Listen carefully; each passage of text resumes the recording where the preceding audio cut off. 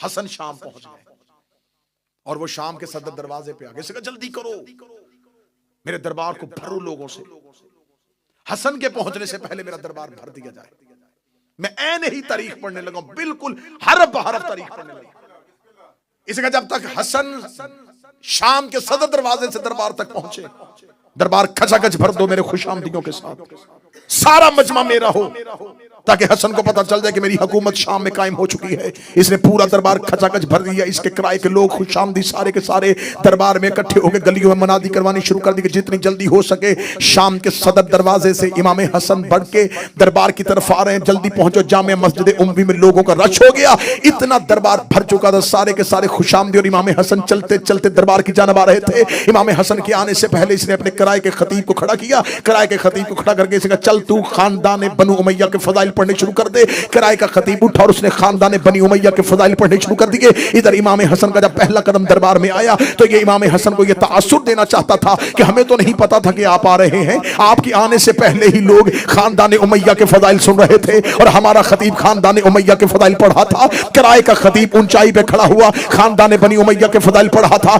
इमाम हसन दरबार में आके खड़े हुए, लोगों ने तीखी नजरों से हसन की तरफ देखा और इमाम हसन की तरफ कोई तवज्जो न की। किसी ने इमाम हसन को कुर्सी न दी, किसी ने इमाम हसन के लिए रास्ता न छोड़ा। सारे खानदान बनी उमैया के फजाइल उठ उठ के दाद दे रहे थे। तहसीन की आवाजें आ रही थी, वाह वाह मरहबा की सदाएं आ रही थी। इमाम हसन ने जब वो किराए का खतीब बैठ गया, इमाम हसन चलते चलते उस मकाम पे आए जहां पर माविया बिन अबू सुफियान बैठा हुआ था। इसने उठ के अपनी आवाज को ठीक किया और ठीक लगे गए, ए अबू तालिब का बेटा, ए अबू तुराब का बेटा, ए अली का बेटा, आप कब आए मेरे दरबार में? मैंने तो आपको आते हुए नहीं देखा, आप कब पहुंचे हैं? इमाम हसन ने कहते मैं उसी वक्त पहुंच गया था जब तेरे किराए का खतीब तेरे खानदान के फजाइल पढ़ा था। ये मुस्कुरा के सुन लिए आपने मेरे खानदान के फजाइल। इमाम हसन ने ऊंचाई पे खड़े होकर पूरे शाम के जामिया मस्जिद उम्वी के खचाखच मजमे में कहा, ए माविया बिन अबू सुफियान, मैं हसन इब्ने अली अपनी मां ज़हरा से लेके हव्वा तक और अपने बाप अली से लेके आदम तक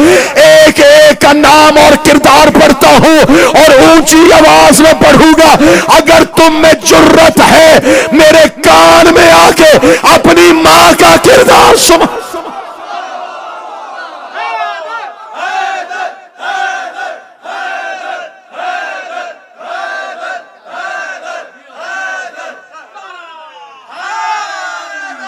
ऐ मुझ पे फख्र मुबाहात करने वाले, ऐ मेरे खानदान पे फख्र करने वालों, ऐ मेरे खानदान पे फख्र मुबाहात करने वालों, कान में आके पढ़ो।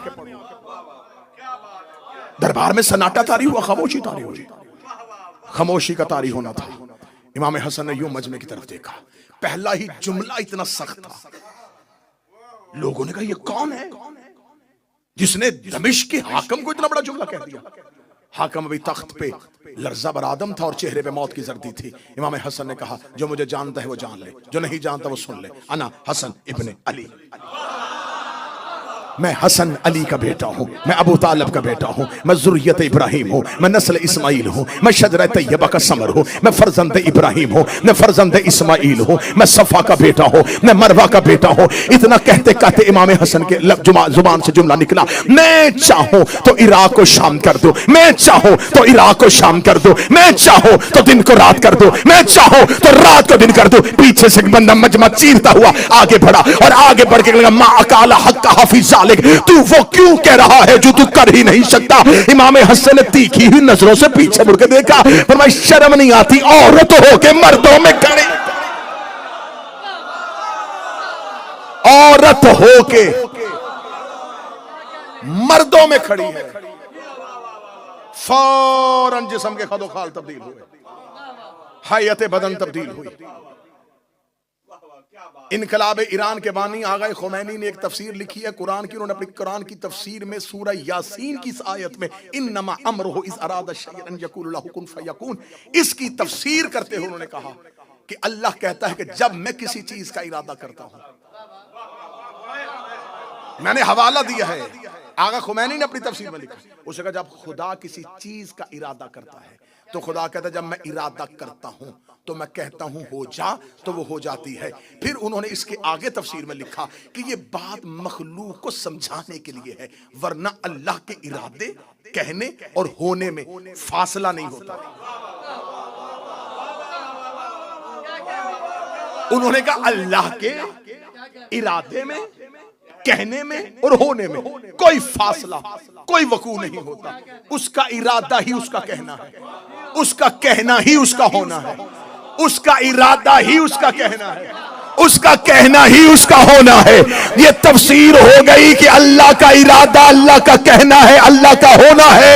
मैं मर्जी के चौक में अपनी जुबान कटवाऊंगा। हसन ने शाम के दरबार में मुसल्ला बिछा के 2 रकत नमाज पढ़ के दुआ नहीं की कि मेरे अल्लाह इसे औरत कर दे, मेरे अल्लाह इसे औरत कर दे। हसन ने कह दिया, वो हो गया।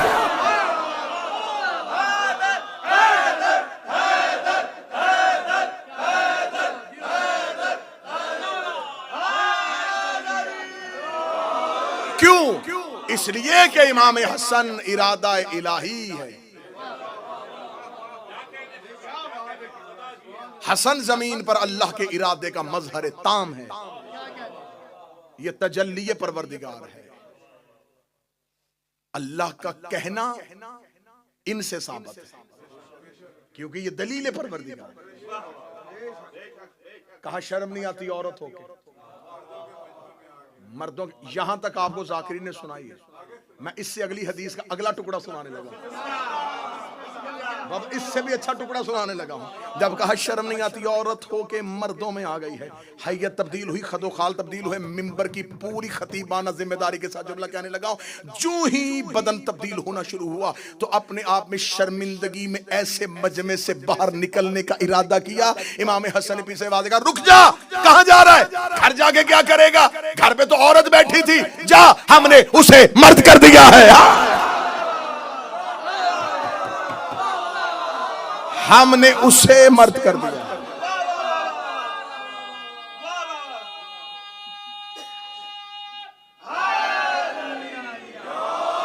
आज से वो हाकम, तू महकूमा। आज से वो हाकम, तू महकूमा।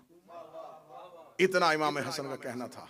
अब पूरे दरबार में जब लोगों ने मोजज़ा देख लिया, अब एक मर्द को अभी अभी जिसने औरत बनते देखा हो, अब दूसरे की हिम्मत है?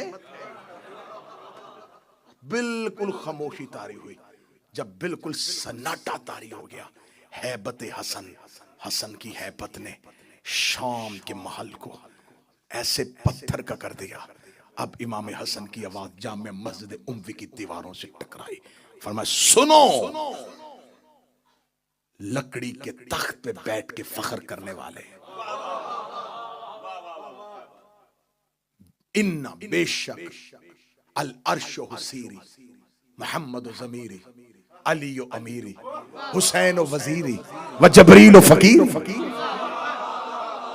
ऐ लकड़ी के तख्त पे बैठ के फख्र मुबाहात करने वाले, अर्श मेरे तख्त का नाम है, मोहम्मद मेरे जमीर का नाम है, अली मेरे अमीर का नाम, हुसैन मेरे वजीर का नाम, जबरील मेरे फकीर का नाम।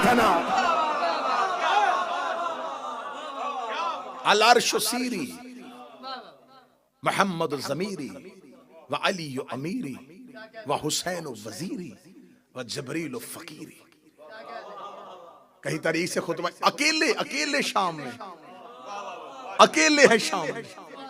अरबी जुबान में आप नफरत के साथ, जैसे हम उर्दू जुबान में किसी के साथ बात करते उलझते उलझते, जब उस बंदे को इस काबिल ना समझे ना किसी बात, तो बंदा उर्दू जुबान में एक लफ्ज बोलता है, माहौल, चल हट, बोलते हैं चल हट। अरबी जुबान में इसके सिर, चल हट। और अगर सामने औरत हो तो उसको सिर नहीं, सीरी, सिर कहा जाता है मर्द के लिए, सीरी कहा जाता है औरत। चल हट, मर्द हो सिर, औरत हो सीरी।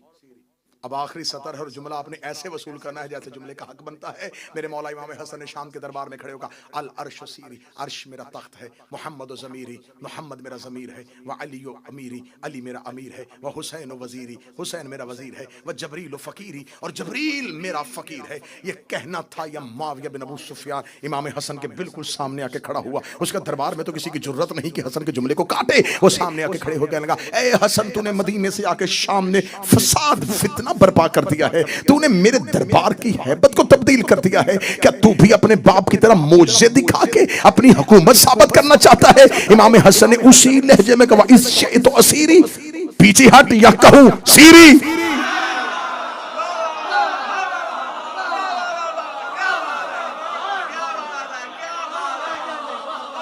पीछे हटेगा या तुझे भी कहूं सीरी। और सीरी औरत के लिए कहा जाता है।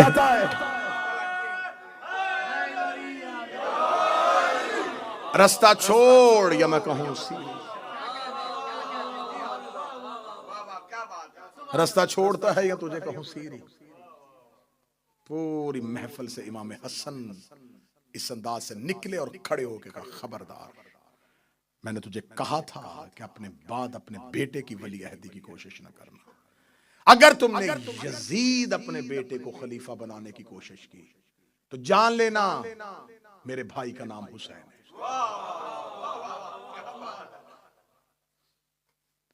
बहुत खूबसूरत जुमला मुर्तजा मुताहरी का है। उन्होंने कहा, आशूरा हुसैनी होने से पहले हसनी थी।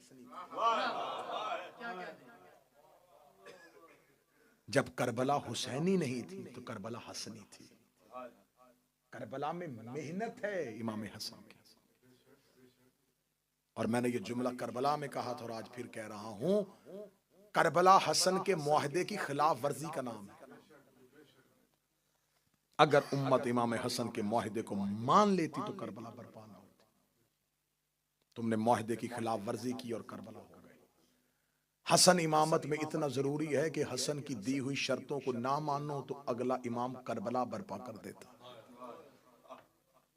हमारे 12 में से 2 हसन है, दूसरा इमाम हसन है और 11वां इमाम हसन है। उस हसन के बाद भी इनकलाब है, इस हसन के बाद भी। लेकिन फर्क है, वहां इनकलाब था, यहां इंतकाम है।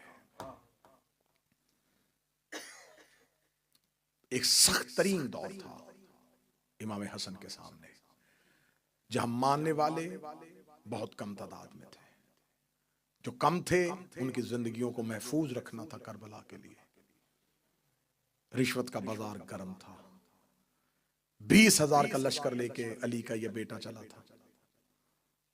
एक रात में 12,000 का लश्कर अबैदुल्ला इब्ने अब्बास की सरपरस्ती में 10 लाख दिरहम में सौदा करने के बाद मुआविया के लश्कर में चला गया। 4,000 ने इमाम हसन का खुद खैमा घेर लिया, अकेले बच गए। और अली के बेटों ने हिफाजती हिसार में लिया हुआ था इमाम हसन को।